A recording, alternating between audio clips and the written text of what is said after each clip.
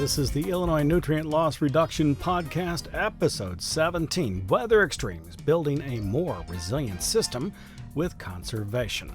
I'm Illinois Extension's Todd Gleason. We're now joined by Eric Snodgrass. He's the Principal Atmospheric Scientist for Nutrient Ag Solutions. I asked Eric about the historically late planting season for 2019 and the rainfall that has been coming in larger and larger amounts over the past several years, and whether this pattern is here to stay. Well, here to stay in terms of, the rest of the summer or for fall, that's the two things we want to split it up into. So normally during summer, the type of pattern that made us so wet last fall and then this spring, we can't really get that very well during the summer. And that's mainly because the jet stream retreats north. So what we have to watch out for in the summer is a pattern that sets us up where we have what we call northwest flow. That's where we get a ridge out west and wide open Gulf of Mexico, and the storms tend to feed off of that moisture, and then they push from the northwest to the southeast. That's a pretty stormy and wet summer pattern for us across the state of Illinois, and we are seeing that develop over the coming weeks as we move into July. My problems with that pattern is we've got so much moisture already in the soil, so we're going to have an excess of moisture, plus, you add it to the Gulf of Mexico stuff. And then the other problem is this is going to help us, stay more cloudy than otherwise with these storms rolling through late in the day, and that's not what we want. We need a bit more sunshine, especially for these beans. So when we talk about the pattern, no, we're not going to see the pattern we saw this spring lasting all summer long, just because it can't. It's just not a typical way in which that works. But certainly it looks as though this is going to be a summer where we're struggling with too much water than not enough. So I think as we progress forward through summer, that's what we're looking at. Now, if we get to fall, what I'm watching out for fall, there's several things that are kind of got me thinking about what this upcoming fall pattern is going to look like. One is the very weak El Nino that's going on right now. Two, we have to watch the tropics very carefully. And there's two things to watch in the tropics. So 2A and 2B, I guess. One is we've been watching the low levels of the atmosphere kind of set themselves up in what we call a standing wave coming off of Africa. And that may at some point really influence the position of the jet stream over the eastern half of the country, which would actually be something that keeps us on the cooler and wetter bias. And the second thing is we're going to have to watch for how that pattern allows for tropical systems to develop. So as you look out to fall, it's a very, very difficult picture to paint. But best that we've got out this far right now suggests that the chances of this being a long-lasting growing season that goes way into October and November, we have better odds that we might see some cooler weather early than we do seeing warmer weather lasting later. But I will be 100% honest, my ability to predict that fall pattern, I'm talking October, November, this far in advance, I have very little confidence in that, and all meteorologists should. It's too far out there to see. But it's certainly something that we need to be on the lookout for in terms of having a continuation of a wetter summer, even though the pattern is different from what made us so wet in the spring. Longer term, meaning over the next decade, should farmers expect the weather or the climate to change? Absolutely. And the way that we've been seeing the changes happening, especially right here in the middle. So let's just focus on the Midwest.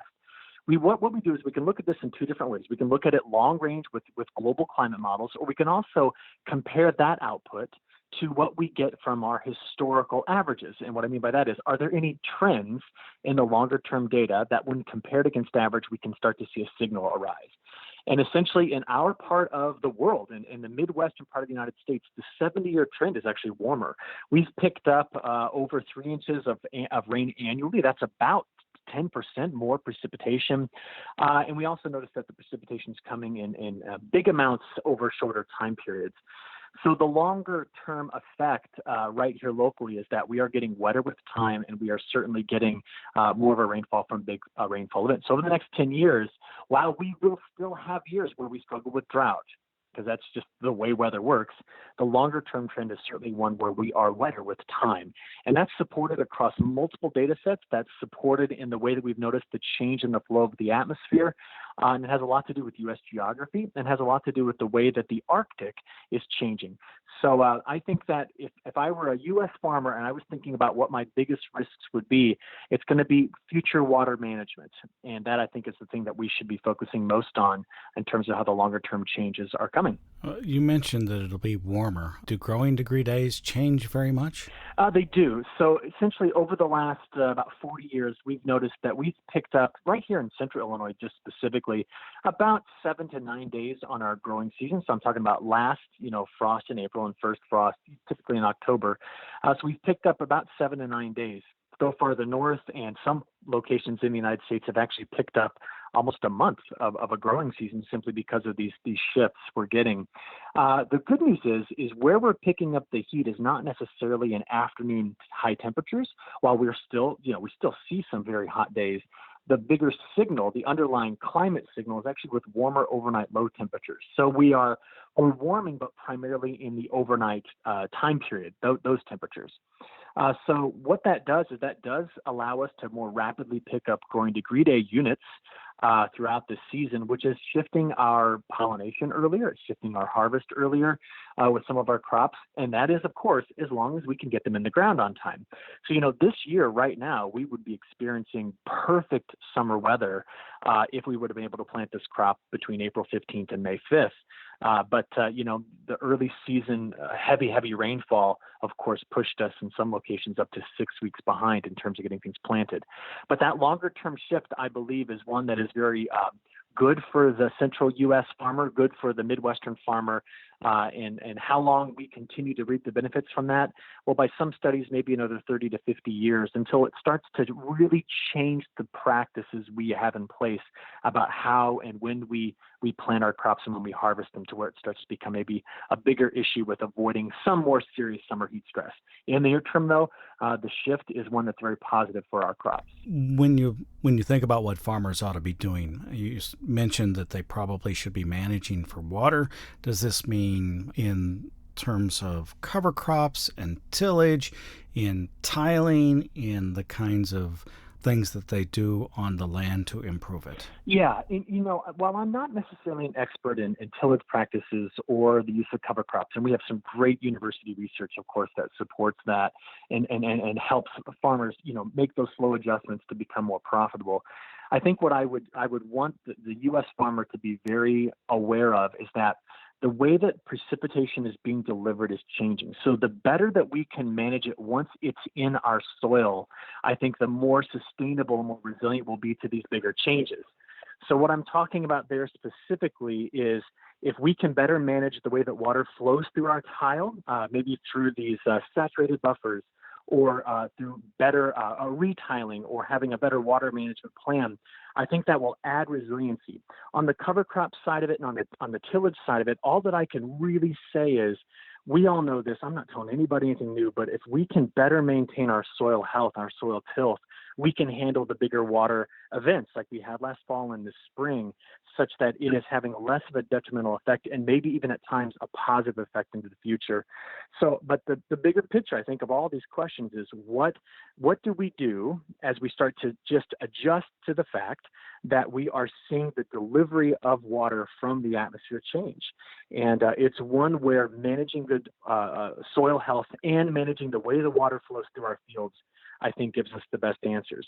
So I would be, if I were a U.S. farmer right now, I would be looking very, very often and very heavily into what the research institutions like the University of Illinois are doing that can provide some sort of guidance moving forward, because that, I think, is going to be the biggest challenge for an Illinois farmer moving forward, is how do we manage the water?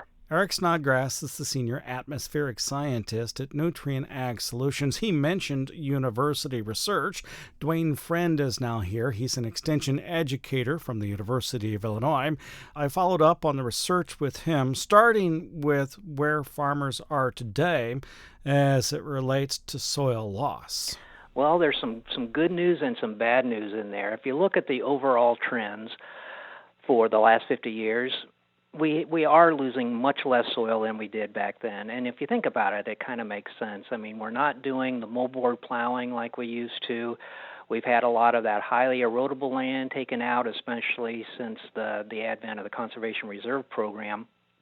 So over that 50-year period, we're not losing nearly the soil that we were back then. However, if you lessen that up a little bit, if you look for the last 10 years, unfortunately, that line has kind of started ramping up a little bit again. And I think there's a couple of reasons for that. One of them is in the last 10 years, the amount of cost sharing for conservation programs has gone down. So there aren't as many acres in the Conservation Reserve Program as there were 10 or 15 years ago. So some of that highly erodible land has come back into production. And the other thing is, and this is something that will affect not only highly erodible land, but basically just about every field, is we're seeing an increase in the amount of those 2, 3, 4, 5-inch rainfall events. And that's happening not only in Illinois, but throughout the Midwest. And I mean, I can remember as a kid getting a 2-inch rainfall when I was growing up was a big event. Today, it's pretty commonplace. I mean, here just this last weekend, we had 2-inch rainfall. So those things are becoming a lot more common. So when you get those really extreme events, you're going to have more erosion. It's just cause and effect. So I think those two reasons are why we're seeing that uptick in erosion rates again. Now, they're not nearly what they were 50 years ago, but instead of continuing that downward trend, we're still not, or we're beginning to at the very least, level off, and in some cases, increase a little bit. Are there things farmers can do to manage those extreme weather events? Well, a couple things they can do. We're seeing a lot of folks do less and less tillage, and that's obviously going to slow down the erosion events. But the folks that are already doing that, and unfortunately this year is a prime example of this, no matter how much no-till you do or minimum tillage or those kind of things, we're still seeing a lot of gully erosion taking place. And those types of things, unfortunately, sometimes we go backwards a little bit, because when somebody gets a gully in the field, and you have that especially in the springtime, what are you going to have to do to take care of that? You're probably going to go in and probably do some tillage to smooth that out, which then means more erosion overall for that year. So, just on the regular amount of erosion, without talking about the extreme erosion events, things like the no-till or reduced tillage in general, or the use of cover crops. We're seeing more and more folks get into using cover crops. If you've got that cover on there and you got that good root system in place with the cover crop, that's naturally going to decrease that potential erosion that's going to take place. And in some cases, that will protect that field from the more extreme erosion.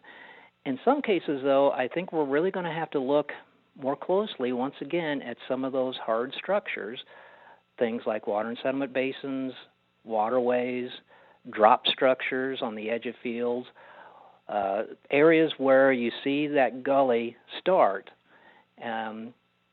Sometimes those things are going to have to be considered, because when you do take into account these extreme erosion events and you've got that much runoff taking place, you're going to have some additional practices in there, more so than what was required, say, 10 or 15 years ago to protect that field. How do these big rainfall events influence nutrient loss? We've seen a lot more because of this increased precipitation in general. And by the way, the projections are for springtime precipitation. They're projecting probably another increase of 15% over the next few decades. So because of this increased precipitation, these increased extreme events, we've seen a lot more tile going in, which is needed if you're going to try to plant those fields in the springtime. But when you've got that tile in there, that is a very direct conduit for any of that, especially the nitrate, to get into that tile water and go out. So the more tile you have in there, the more potential you have for runoff. Now, if you do put cover crops in, and as long as you've got that living root system in there, those cover crops, or a lot of cover crops, are going to do a really good job of taking that excess nitrate that may be there, especially in the fall, and keeping it out of that tile water. So that is one of the big benefits of cover crops. Besides the erosion control, it is going to help take care of a lot of that nutrient loss that you may see going out on those tile lines. Now, there are some other practices that you can do, the edge of field practices, those types of things, but cover crops are really a pretty easy management solution to take care of some of those excess nutrients. And again, we're seeing more and more people doing this. I know this year, for some folks, it may not have worked the best, but I have seen a field not too far from where the office is that had a rye crop, and it got along a little bit farther than probably what they would normally do, but they were able to terminate that rye crop and plant soybeans in it. And honestly, those soybeans are actually looking pretty good. So it can be done. It may take a little bit of practice, a little bit of management change in some cases. But, if somebody wants to do it, it can be done, and it can be successful. Dwayne Friend is an Illinois Extension educator. One of the farmers that's been putting these kinds of practices into play is Chad Bell. He lives and farms near Viola in Mercer County, Illinois. I asked him to tell me a little bit about his operation. My operation is in Mercer County. We grow corn and soybeans on a little over 1,100 acres, and primarily no-till. We're 100% no-till soybeans and primarily no-till corn. But here recently I've started working with some strip-till corn in conjunction with cover crops that I've been using since 2012 on most of our acres, if not 100%, depending on the year. Do you think your soil is more resistant to soil erosion? This would be a good year to test that theory. Well, yeah, this year kind of makes me look like a fool a little bit in the amount of erosion that we've had. But yeah, I think in general, cover crops, mainly cereal rye, is what we've been using, has really helped with our soil erosion, stopping or slowing that down. The only issue we've had here the last couple of years is that harvest has been later than usual, and so I use a 15-inch white planter to put in the cereal rye primarily after harvest, and so if we have a later harvest, that means I'm getting that cover crop planted later than I would like to, which also means slower growth in the fall, or maybe little to no growth. Most of the growth happens in the spring, and if I don't get a whole lot of growth before wintertime, then that early springtime, late winter erosion can still wreak just as much havoc as if it didn't have a cover crop on the acre. How long have you been no-till? We've been no-till for a long time. More recently, probably since 2012 or 13, and we've been primarily strict no-till. Prior to that, it's been a little more conservation tillage, or maybe run a soil finisher here and there, but no-till beans for about as long as I can remember. Have you noticed the availability of water and the difference from no-till to conventional tillage at all? Yeah. I don't really have much to compare it to physically on our farm, just because we haven't done a whole lot of tillage here in recent years. But previous to coming back to the farm full-time, I was working in the FS retail arena with our local FS, Gold Star FS, and so I got to see a lot of different farming practices, and just comparing those operations, I can definitely see that there's a difference in water holding capacity and just water usage in general between no-till and conventional till. Do you have advice for farmers looking to adopt conservation practices? Mainly start small, but don't be afraid to try something, especially if you're trying it on limited acres. It could be a huge success, or it could be a huge failure. We'll never know unless you try. But always be willing to try something different and step outside the the comfort zone. And in the process, learning how to use soil conservation for a more resilient farm, like Chad Bell has. He is from Viola, Illinois, in Mercer County. Thanks for joining us on this episode number 17 of the Nutrient Loss Reduction Strategy podcast from the University of Illinois.